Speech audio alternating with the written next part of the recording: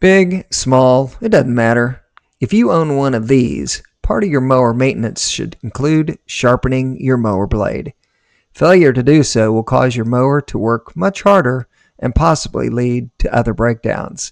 In addition to that, your grass will suffer and simply not look good.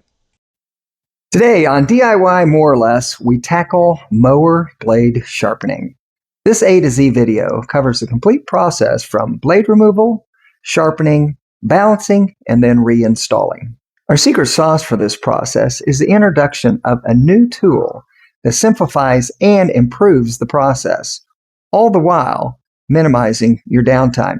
Sound far-fetched? Stick around. Your moment is on its way. Let's get to it.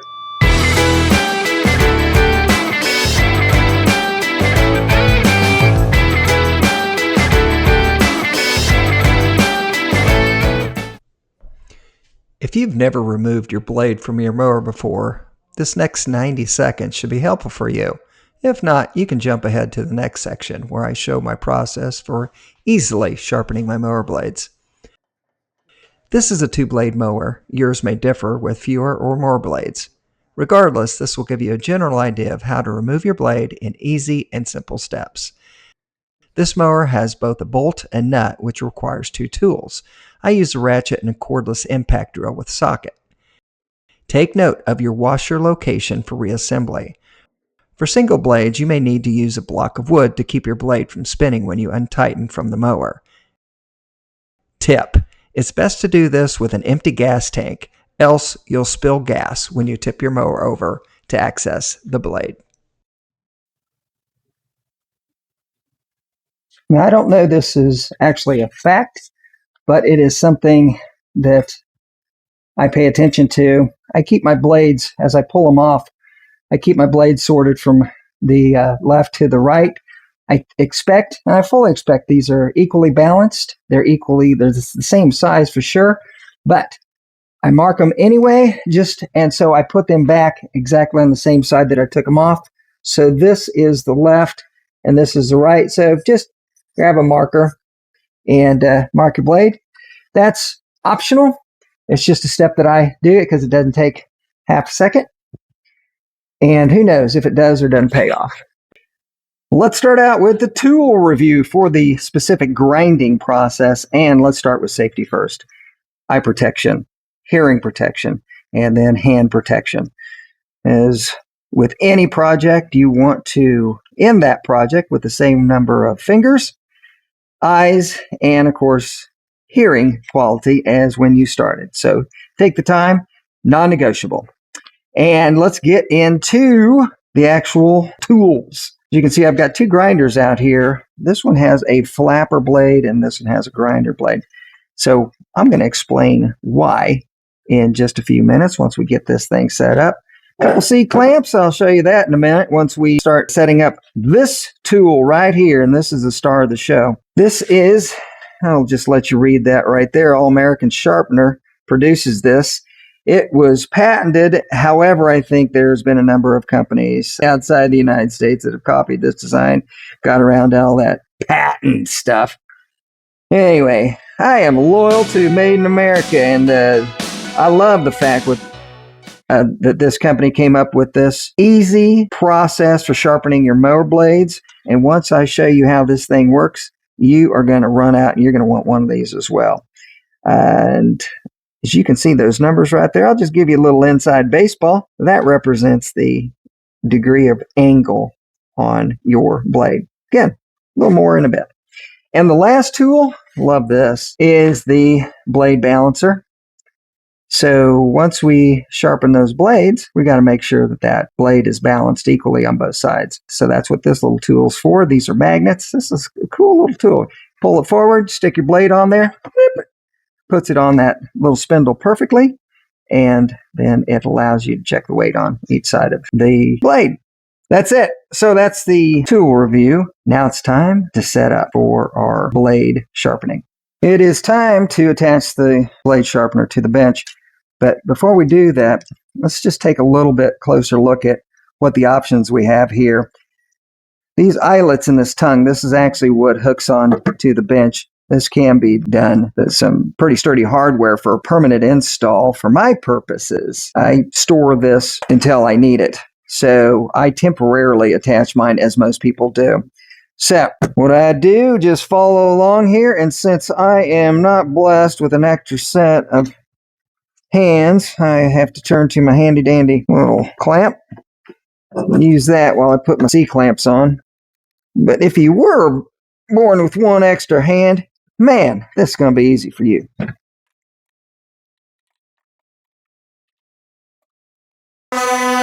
Done. All right, it's on there. Good enough. This is what holds the blade.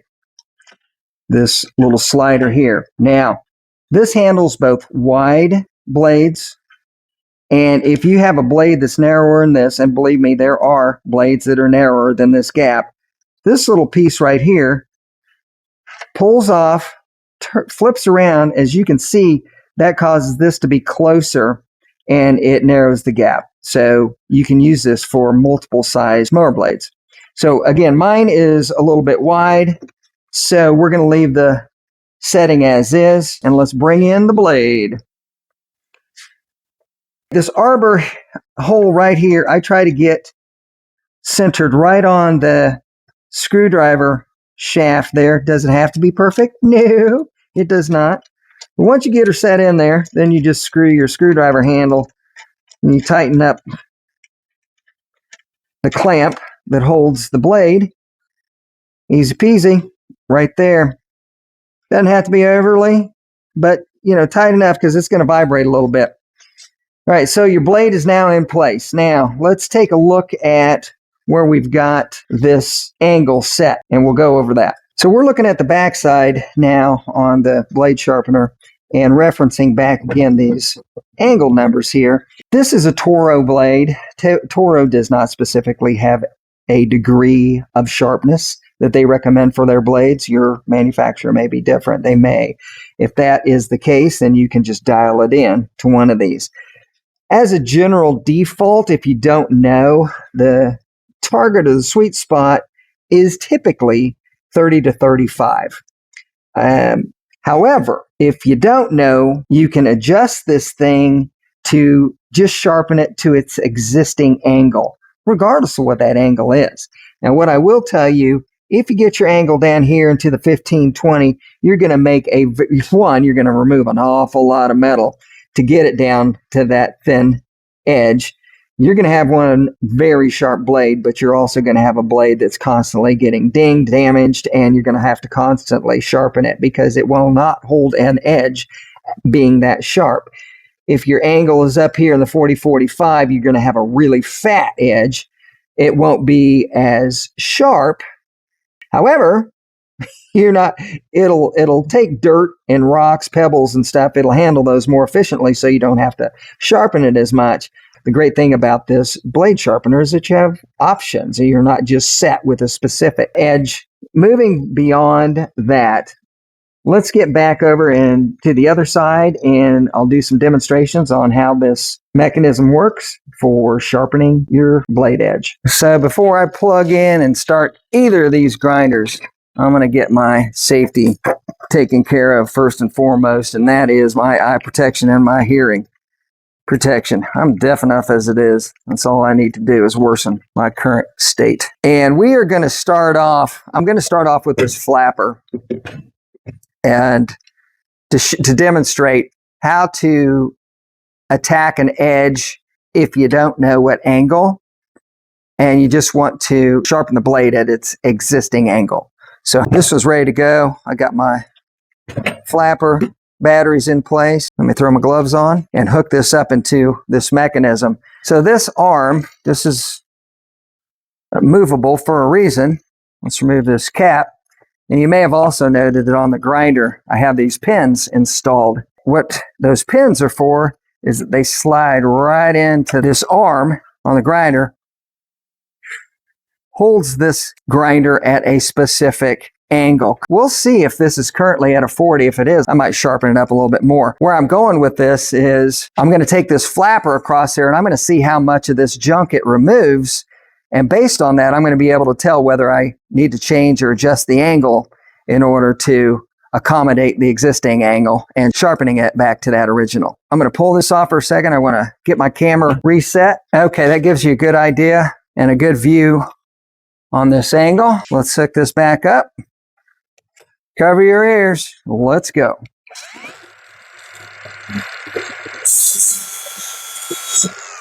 Let's come in here close. And you can see that this edge right here took the brunt of that flapper blade, not so much out here on the cutting edge. That's less cleaned off. So we know that we're not at the original angle, so we can adjust that. So let's back off again. Readjust the blade. There's a little screw knob here, and that's what controls. I'll just loosen it so you can see what I'm doing. That allows it to adjust. Not sure exactly where we left off. We had a little bit of a technical issue. We were at the point where we're at 40 degrees on our angle here. And as I was pointing out, when I ran the flapper blade across, this heel on the edge was getting cleaned up, but the front edge of the blade was not, which means that probably this is wanting to tilt more towards a 45.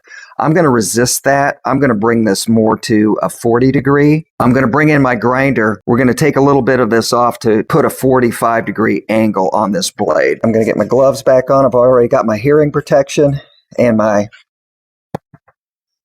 eye protection in place. Let's hook this up and hold your ears.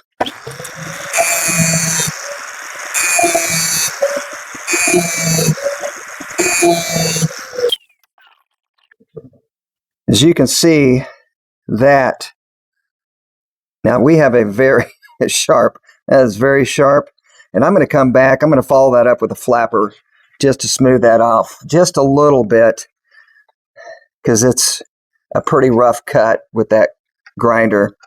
Let me set this. All right, let's reattach that.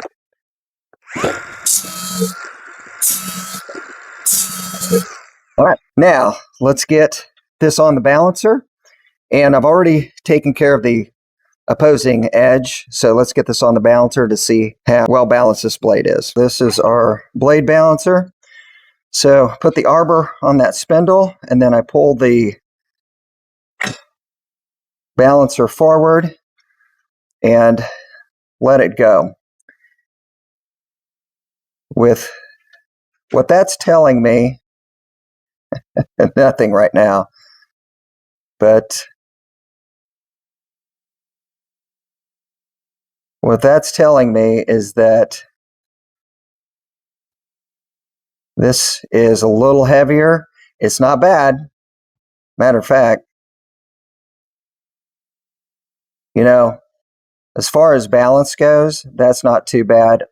At this point, I don't really think I need to refine this that much more. So that's a balanced blade, and we are finished. There we go. With sharpening this blade. We are ready to reassemble this blade back onto the mower. This is the easy part. The spacers.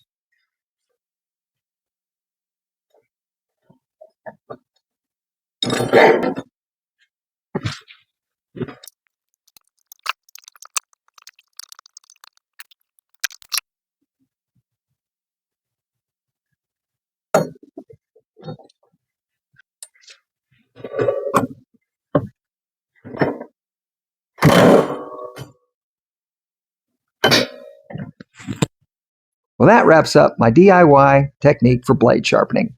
Is this the only technique for mower blade sharpening? Hardly. However, this method uses a tool that delivers the most consistent and precise angle options of any that I've tried. With added steps of blade balancing, you'll not only keep your lawn looking great, but you'll also extend the life of your mower. I'll be interested in hearing your thoughts about this tool, and if you plan on adding it to your workshop. So please, leave your comments below. I really enjoy hearing from you. If you found this video interesting, check out my other videos and be sure to subscribe to my channel so you don't miss out on future content. Thanks again for watching. This is Les with DIY More or Less. We look forward to seeing you in our next video.